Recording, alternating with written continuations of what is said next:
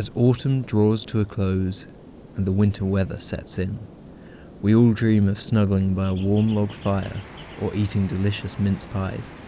Yet for our native wildlife, this time of year is a real battle against the elements. In this special episode of Naturewatch, we'll be diving into the lives of some of the animals that make their home in the harshest conditions the UK has to offer. The bridge between land and sea, our cliffs. We're beginning our journey here at the most westerly point of England, Land's End, a popular place for tourists, rock climbers and hikers in the summer. But when the seasons get a little bit colder, it's a different story.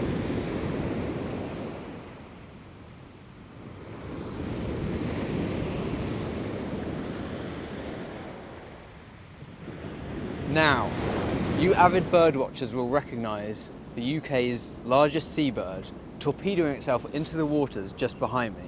But for those that don't, this magnificent bird is the gannet.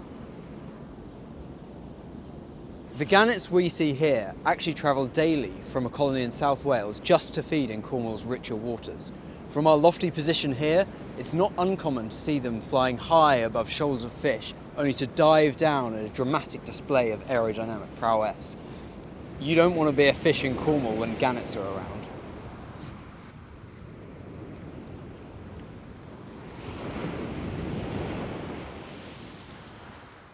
The gannet's name comes from the Old English word for strong, a pretty impressive nickname, but not all birds are quite so lucky with theirs.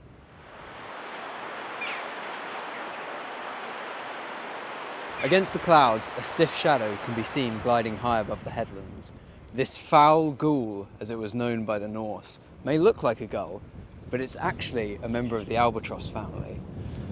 Now, their true name isn't as horrible as it sounds. It's a fulmar. They used to breed up in Scotland, but they've now made their home down here in Cornwall. The reason they've been given some nasty names is because of one particular trait that their nestlings possess. When threatened by a predator, they will spit a foul-smelling, oily substance from their stomach.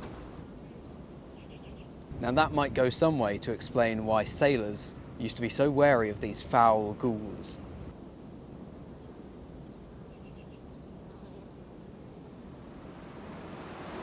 Shifting our attention away from the rocks, we find another frequent visitor to our shorelines.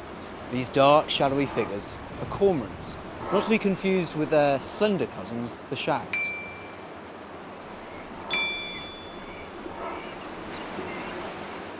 These sociable birds form close inner circles and are supreme fishers, yet they lack one trait that's common to most seabirds. After propelling themselves down to depths of up to 10 metres, you'll find them hanging out on rocks with their wings spread open, drying themselves off. This is because, unlike most water birds, they lack the oil that coats their feathers to make them waterproof. Due to their sombre appearance and excellent fishing ability, they historically have been persecuted by anglers.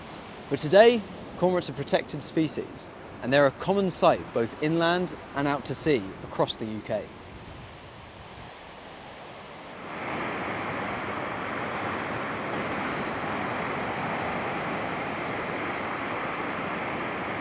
I couldn't help wanting to know more about the lives of the birds that inhabit our cliffs. To find out, let's talk to Kate Fox, a youth representative at the British Trust for Ornithology. Hi Kate, thank you for joining us on this very blustery winter day. So we've seen a lot of birds that pass the winter here on these cliffs, but what is it that makes them so attracted to them? So cliffs are quite attractive to birds in that they're quite a safe environment to be in. So if you think about it, like if you're like a ground predator like a fox or a badger, unless you're like super agile, which is, I mean, you see badgers, then they're quite safe from like ground predators. But also, I mean, they're so like, for things, some birds are more kind of, we call it pelagic. So pelagic means they spend a lot of time out at sea. So for the more pelagic seabirds, they might not necessarily need to come in, but for things more like gulls and cormorants and shags, who do spend more time on the coast, particularly in the winter, compared to the others, then it's a really good spot for them to come in and rest and digest their food. Cormorants and shags need to dry out. So even though we're here thinking it's very cold and horrible conditions, it's a lot better than being out at sea all winter.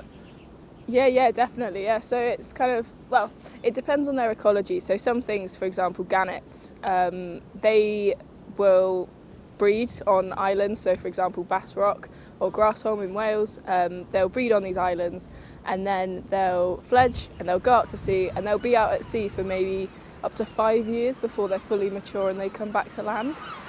Whereas other birds, such as the gulls, it's like herring gulls, great black-backed gulls, they are much more tied to the land. They don't really spend so much time out at sea.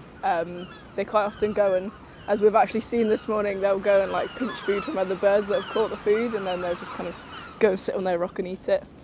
So yeah, I think they don't need to go out there so much. What are some of your favourites of these birds that we've seen today? I think of the ones we've seen so many today, but I think one of my favourites is probably the gannets. Like they're just absolutely stunning. They're massive.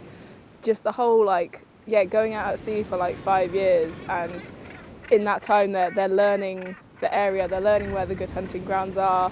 Like that to me all just looks blue. I can't really map that, but somehow they do. But also just like when you see them dive as well, like they're absolutely amazing. The speeds they go at, the heights they go from, they're just all. They're incredible. Now you're a BTO youth rep. What does that involve? So being a youth rep involves essentially representing the BTO kind of within young people. So my job is to basically kind of run events specifically for young people, and that could be like bird walks, or we do some like wildlife drawing sessions, or even a bit of like well-being stuff. But we also do online events, so I've helped be involved in the Birding 101 series, which is online. It's like a Zoom session where we just ran these like training sessions for young people, and yeah, basically just get the next generation of like bird watchers and citizen scientists to kind of grab them while they're young and get them into this really interesting hobby, and hopefully help them build their skills as well. That's very inspiring. What can some of our viewers do to help the BTO monitor some of these cliff species that we've seen today? So there's lots of ways that the BTO do monitor seabirds. So they have a specific seabird monitoring programme, but they've also got a lot of citizen science projects that kind of, there's like overarching ones across the whole country that you can do on seabirds. So for example, we have the Bird Track app where you can record your casual sightings. So say you just go out for a bird walk and you see birds, you can pop them on there, and then that goes into the database that they can use. And that's really important because you can look at like when the seabirds are arriving, particularly things that are spending a lot of time out at sea. So I didn't mention before, but another one is it's like guillemots and razorbills. So there are auk species, and you can see, for example, like when they first come back onto the cliffs, and with climate change that's quite interesting to see.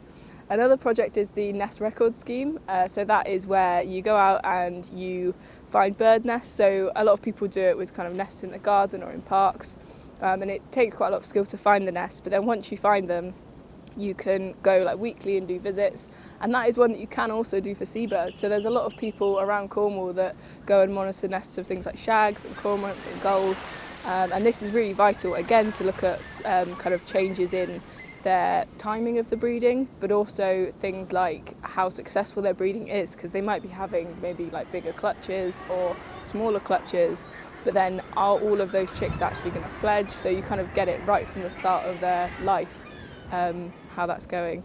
And then we also do bird ringing all across the country, where you put these like metal rings. There we go. So metal rings on the bird's leg. This is one from an oyster catcher that sadly didn't make it. It was ringed as a chick and found on a beach. And sometimes you'll see birds with these plastic rings as well as the metal ring. So these are called Darvik rings, and that means that you can read it in the field. That anyone can read these Darvik rings, and then you can report it to the BTO, and you can you can see where they go, how long they live. You can get the whole life history of the bird through all of these various projects, which is really cool. That's fantastic. So there's a lot we can get involved with. Yeah, That's yeah, brilliant. definitely, yeah. Well, thank you very much for chatting to us, Kate. I think it's about time we got out of the cold. Yeah, that's all right. Thank you very much.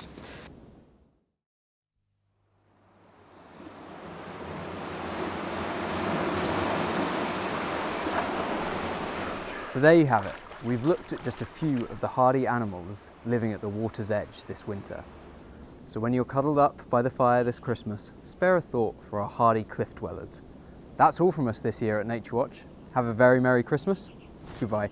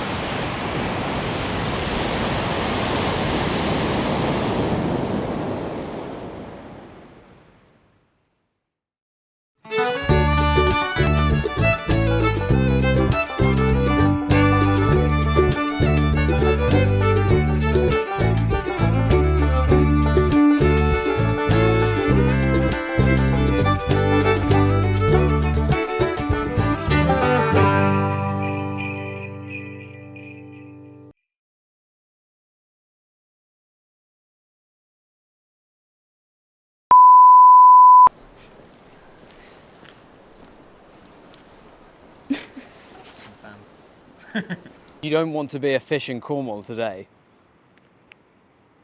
That's alright, isn't it? Keep the face at the end.